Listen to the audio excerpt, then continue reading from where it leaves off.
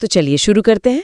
सबसे पहले एकदम बुनियादी सवाल से, आखिर ये परिसीमन है क्या चीज? देखिए, आसान शब्दों में अगर कहें तो परिसीमन का मतलब है किसी राज्य में विधानसभा और लोकसभा चुनावों के लिए जो निर्वाचन क्षेत्र हैं उनकी सीमाओं को फिर से तय करना। अच्छा, और इसका जो मुख्य आधार होता है वो होती है ताजा जनगणना के आंकड़े, मतलब देश की आबादी। और इसके पीछे सिद्धांत क्या है? मैंने सुना है एक वोट एक मूल्य की बात होती है अक्सर। हाँ, बिल्कुल सही, यही मूल सिद्धांत है।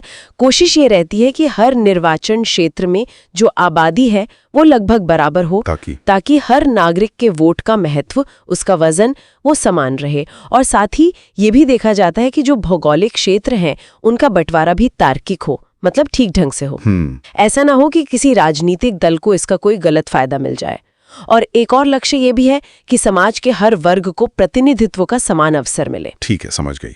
तो ये इतना महत्वपूर्ण काम करता कौन है? क्या ये सरकार खुद करती है? नहीं, यहीं पर परिसीमन आयोग की भूमिका आती है। ये एक स्वतंत्र निकाय है जिसे भारत के राष्ट्रपति नियुक्त करते हैं। राष्ट्रपति? अच्छा, हाँ। और ये भारत निर्वाचन आयोग के साथ मिलकर, मतलब उनके सहयोग से काम करता है। अच्छा, तो इसकी संरचना कैसी होती है और क्या ये वाकई स्वतंत्र रूप से काम कर पाता है? क्योंकि ये तो बहुत संवेदनशील मामला है। हाँ बिल्कुल, इसकी स्वतंत्रता बहुत ही महत्वपूर्ण है। आयोग को किसी भी कार्यकारी, मतलब सरकार या राजनीतिक दबाव से पूरी तरह मुक्त होकर काम करना होता है। जरूरी है ये तो। इसीलिए आप देखें, इसके सदस्यों में सुप्रीम कोर्ट के एक सेवानिवृत्त न्यायाधीश होते हैं जो अध्यक्ष होते हैं, फिर मुख्य निर्वाचन आयुक्त होते हैं, और जिस राज्य का परिसीमन हो रहा है वहां के राज्य निर्वाचन आयुक्त भी शामिल होते हैं। तो ये संरचना ही एक तरह से इसकी निष्पक्षता की गारंटी देती है। सोचिए, अगर ऐसा ना हो तो कोई भी सत्ताधारी दल अपने फायदे के लिए नक्शे बदलवा सकता है। हाँ, ये बात तो है। इन दस्तावेजों में एक और चीज मेरा ध्यान खींच रही है कि आयोग के जो फैसले होते हैं वो अंतिम होते हैं, मतलब उन्हें किसी भी अदालत में चुनौती नहीं दी जा सकती। ये थोड़ा अजीब नहीं लगता लोकतंत्र में ऐसा? हाँ, ये एक दिलचस्प और देखा जाए तो जरूरी प्रावधान है। इसके पीछे सोच ये है कि अगर परिसीमन के फैसलों पर लंबी कानूनी लड़ाइयां चलती रहीं तो चुनाव समय पर कराना मुश्किल हो जाएगा। अच्छा। हाँ, ये भी है। और इससे पूरी लोकतांत्रिक प्रक्रिया बाधित हो सकती है। इसीलिए संविधान में व्यवस्था है कि आयोग का निर्णय अंतिम होगा, फाइनल होगा। लेकिन क्या इसका मतलब यह है कि इस पर कोई चेक, कोई नियंत्रण नहीं है? नहीं, पूरी तरह से ऐसा भी नहीं कह सकते। आयोग के जो आदेश होते हैं वो लोकसभा और संबंधित राज्य विधानसभा के सामने रखे जाते हैं, पर उनमें कोई बदलाव नहीं किया जा सकता। ये एक तरह का संतुलन बनाने की कोशिश है कि प्रक्रिया न्यायिक विवादों से भी बची रहे, लेकिन पारदर्शिता के लिए विधायिका को जानकारी भी हो। हाँ, ये दुविधा जरूर है। एक तरफ दक्षता है, दूसरी तरफ न्यायिक समीक्षा का अभाव। समझ गई। अब जरा इसकी प्रक्रिया और इतिहास पर भी बात कर लें। ये कब और कैसे होता है परिसीमन? देखिए, संविधान का अनुच्छेद 82 कहता है कि संसद हर जनगणना के बाद एक परिसीमन अधिनियम, मतलब एक कानून बनाएगी। हर जनगणना के बाद? हाँ, और इसी तरह राज्यों के लिए अनुच्छेद 170 में प्रावधान है।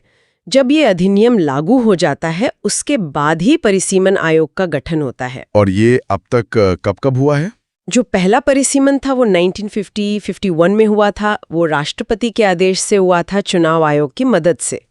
उसके बाद बाकायदा परिसीमन अधिनियमों के तहत आयोग बने 1952 में, 1962 में, 1972 में, और फिर एक लंबे गैप के बाद 2002 में। ओह, काफी लंबा गैप। हाँ, यानी कुल 4 बार आयोग गठित हुए अधिनियमों के तहत।